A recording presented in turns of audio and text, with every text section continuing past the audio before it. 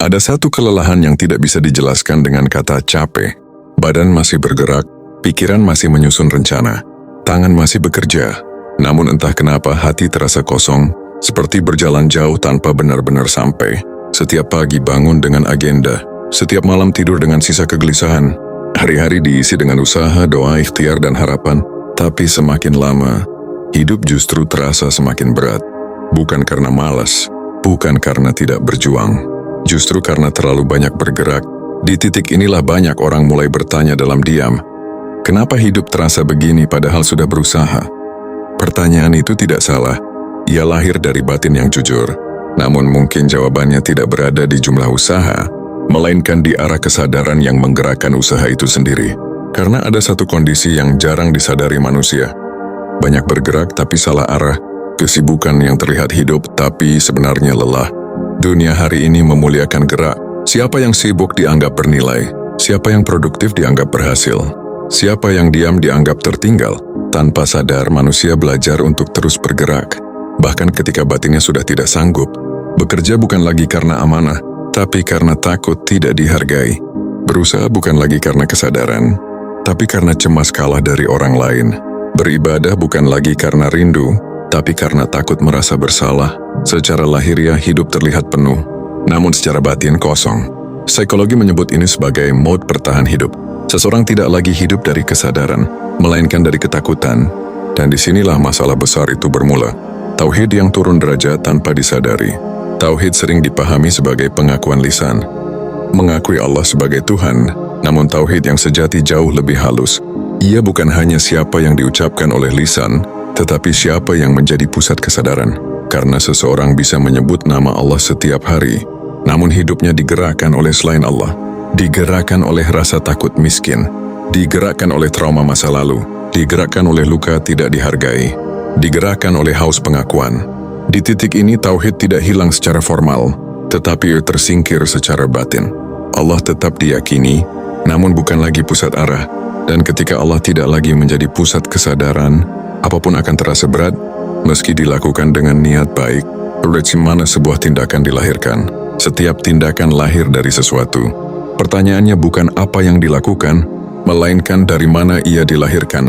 Ada tindakan yang lahir dari iman, ada yang lahir dari luka, ada yang lahir dari kesadaran, ada yang lahir dari ketakutan. Dua orang bisa melakukan hal yang sama, namun satu merasa tenang, yang lain merasa terkuras. Bedingai, karena arah batinnya berbeda. Tauhid yang lembut mengajarkan satu hal mendasar. Bukan banyaknya amal yang melelahkan, tetapi pusat kesadaran yang keliru.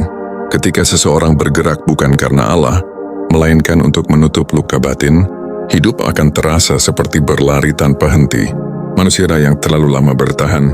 Ada fase dalam hidup ketika manusia tidak benar-benar hidup, ia hanya bertahan.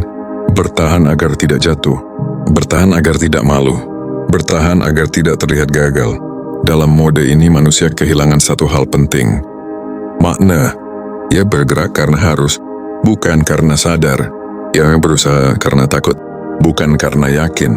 Tasawuf memandang kondisi ini dengan sangat lembut. Ia tidak menyebut manusia ini lemah. Ia hanya berkata, jiwanya sedang jauh dari pusatnya. Dan pusat itu bukan pekerjaan, bukan pencapaian, bukan manusia lain. Pusat itu adalah Allah. Ketika Allah tidak lagi menjadi pusat, tapi tujuan. Ada perbedaan yang sangat halus namun menentukan. Menjadikan Allah sebagai tujuan dan menjadikan Allah sebagai pusat. Banyak orang menjadikan Allah sebagai tujuan doa, namun pusat hidupnya tetap dunia. Allah dimintai hasil, namun dunia yang dijadikan sandaran. Ketika hasil tidak datang, hati pun goyah. Padahal tauhid yang menenangkan bukan tentang hasil, melainkan tentang sandaran. Ketika Allah benar-benar menjadi pusat kesadaran, hasil tidak lagi menentukan nilai diri, dan disitulah ketenangan lahir. Stoikologi dan tauhid yang bertemu dalam hening. Stoikologi mengajarkan satu kebijaksanaan sederhana. Fokus pada yang bisa dikendalikan dan lepaskan yang di luar kuasa. Tauhid mengajarkan hal yang lebih dalam. Yang di luar kuasa bukan untuk dilawan, tetapi untuk dipercayakan. Ketika dua ini bertemu, manusia berhenti memaksa hidup. Ia bergerak, namun tidak gelisah. Ia berusaha, namun tidak hancur saat gagal, karena ia tahu yang menggerakkan hidupnya bukan ego, melainkan Allah. Keresahan yang jarang diakui, ada kelelahan yang jarang diucapkan. Lelah menjadi kuat, lelah menjadi benar, lelah terus berharap. Manusia sering malu mengakui bahwa ia capek beriman, bukan karena imannya salah, tetapi karena bebannya terlalu berat. Disinilah tauhid yang lembut hadir, bukan untuk menghakimi, tetapi untuk memeluk. Etianas pirestani guys kurang ibadah. Mungkin kamu terlalu keras pada dirimu sendiri.